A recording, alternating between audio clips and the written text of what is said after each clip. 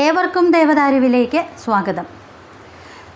ഞാൻ ഇന്ന് നിങ്ങളുമായിട്ട് പങ്കുവയ്ക്കാൻ പോകുന്നത് സ്ത്രീകൾ മുടി അഴിച്ചിട്ട് അമ്പലത്തിൽ കയറരുത്, കാരണം എന്താണ്, എന്തെങ്കിലും അനിഷ്ടമുണ്ടോ, എന്തുകൊണ്ടാണ് അങ്ങനെ പറയുന്നത് എന്നൊക്കെയാണ് ഞാൻ നിങ്ങളുമായിട്ട് പങ്കുവയ്ക്കാനായിട്ട് പോകുന്നത്.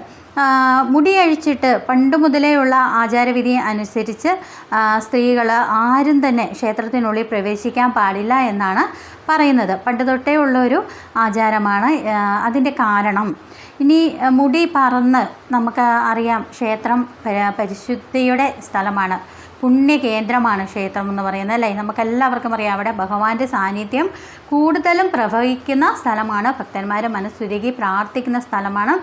ആ ഒരു സ്ഥലത്ത് സ്ത്രീകൾ മുടിയൊക്കെ അഴിച്ചിട്ടിട്ട് കയറിയാൽ, ഈ അറിയാതെയോ ഈ മുടി കൊഴിഞ്ഞ് ക്ഷേത്രത്തിനുള്ളിലൊക്കെ വീണാൽ അത് പറന്ന് ചെന്ന് പൂക്കളിലോ അല്ലെങ്കിൽ തീർത്ഥത്തിലോ അല്ലെങ്കിൽ അവിടെ എന്തെങ്കിലും ക്ഷേത്ര ആവശ്യത്തിന് വെച്ചിരിക്കുന്ന വെള്ളത്തിലോ അതുപോലെ തന്നെ നിവേദ്യമൊക്കെ റെഡിയാക്കി വെച്ചിരിക്കുന്ന ആ ഒരു ഏരിയയിലൊക്കെ ഇത് പറന്ന്, മുടി എന്ന് പറയുന്നത് തീർത്ത് നൈസാണ്, അതിങ്ങനെ പറന്ന് കാറ്റത്ത് പോകുന്നതാണ്.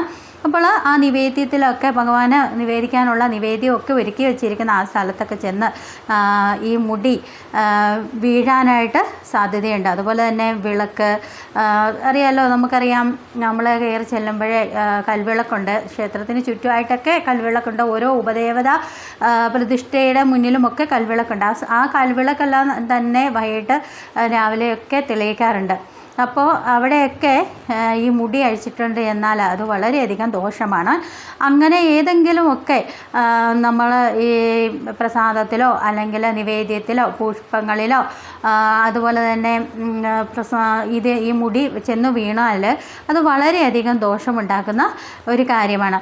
അതുകൊണ്ട് തന്നെ അത് പാവമാണ്. അതുകൊണ്ടാണ് തലമുടി കെട്ടി വയ്ക്കുകയോ അല്ലെങ്കിൽ പിന്നിയിടുകയോ ആണ് പണ്ട് മുതലേ എല്ലാവരും ചെയ്തു വരുന്നത്. പണ്ട് മുതലുള്ള അമ്മമാരൊക്കെ മക്കളോട് പറഞ്ഞു കൊടുക്കുന്നത് മുടി അഴിച്ചിട്ട് ക്ഷേത്രത്തിൽ പോകരുതേ എന്ന് പറയാനുള്ള കാരണവും അതൊക്കെ തന്നെയാണ്.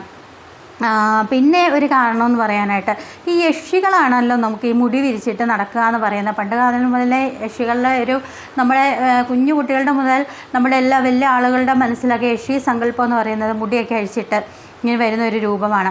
അപ്പോൾ ഈ മുടി വിരിച്ചിട്ട് നടക്കുന്ന പെണ്ണുങ്ങളെയോ ഒക്കെ കണ്ടാൽ അന്നൊക്കെ ഇതെന്താ യക്ഷിയെപ്പോലെ നടക്കുന്നതെന്നൊക്കെ പറഞ്ഞ് വഴക്ക് പറയുമായിരുന്നു അമ്മമാരൊക്കെ.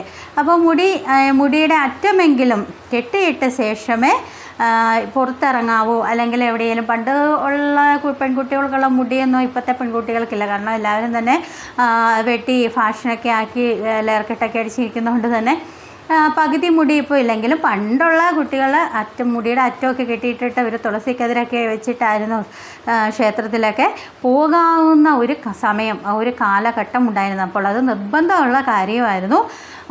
ഇനി ക്ഷേത്രത്തിൽ അഥവാ ഞാൻ ഈ പറഞ്ഞ കൽവിളക്കുകളൊക്കെ ചുറ്റുവിളക്കുകളും ഒക്കെ തെളിയിച്ച് ക്ഷേത്രത്തിൽ കൂടുതലും ദീപാലങ്കാരങ്ങളാണ് മിക്ക ക്ഷേത്രങ്ങളിലും, അല്ലേ? വൈകിട്ട് സന്ധ്യാദീപം ക്ഷേത്രത്തിൽ നട തുറന്നു കഴിഞ്ഞാൽ തന്നെ ചുറ്റോടുള്ള എല്ലാ വിളക്കുകളും തെളിയും. അപ്പോൾ മുടി ഇങ്ങനെ വിരിച്ചിട്ടിട്ട് ക്ഷേത്രത്തിനുള്ളിൽ കടക്കുന്നത് കൊണ്ട് മറ്റൊരു ദോഷമെന്ന് പറയുന്നത്, ഈ തിക്കും തിരക്കും ഒക്കെ ഉണ്ടാകുമ്പോൾ വിളക്കിൽ നിന്നും മുടിക്ക് തീ പിടിക്കാനിടയാവാറുണ്ട്. അപ്പോൾ ഈ കാരണങ്ങൾ കൊണ്ടൊക്കെയാണ് ഭഗവാന്റെ ആ സന്നിധിയിൽ അല്ലെ ഭഗവതിയുടെ സന്നിധിയിൽ നമ്മൾ ദർശനത്തിനായിട്ട് പോകുമ്പോൾ മുടി കെട്ടിവയ്ക്കണമെന്ന് പറയാനുള്ള പ്രധാന കാരണങ്ങൾ. കാരണം അവിടെ ഞാൻ മുമ്പ് സൂചിപ്പിച്ച പോലെ തന്നെ ഭഗവാൻ അർപ്പിക്കാനുള്ള നിവേദ്യവും പൂക്കളും ഒക്കെ, അതുപോലെ തന്നെ വിളക്കിൽ ഒഴിക്കാനുള്ള എണ്ണയും ഒക്കെ ഇങ്ങനെ വെച്ചിട്ടുണ്ടാവും. അതിലൊക്കെ മുടി ചെന്ന് പാറി നടന്ന് ചെന്ന് വീണാൽ അത് വളരെയധികം പാവമാണ് എന്നാണ് പറയുന്നത്. അത് വളരെ ദോഷകരവുമാണ്. അതുകൊണ്ടാണ് തലമുടി കെട്ടിവയ്ക്കുകയോ പിന്നിടുകയോ ഒക്കെ ക്ഷേത്ര ദർശനത്തിന് നിർബന്ധമായിട്ടും പണ്ട് മുതൽക്കേ പറഞ്ഞു വരാനുള്ള കാരണം. ആദ്യമായിട്ടാണ് നിങ്ങളെൻ്റെ ചാനൽ കാണുന്നതെങ്കിൽ ദയവായി സബ്സ്ക്രൈബ് ചെയ്യാൻ ശ്രമിക്കണേ. അതോടൊപ്പം ഞാനിടുന്ന ഓരോ വീഡിയോയും നിങ്ങൾക്ക് ലഭിക്കുന്നതിനായിട്ട് ബെല്ലൈക്കൺ കൂടി ഒന്ന് സ്പർശിക്കുക. അതുപോലെ തന്നെ ലൈക്ക് ചെയ്യുക, ഷെയർ ചെയ്യുക. അടുത്ത വീഡിയോയിൽ വരും വരെ നന്ദി, നമസ്കാരം.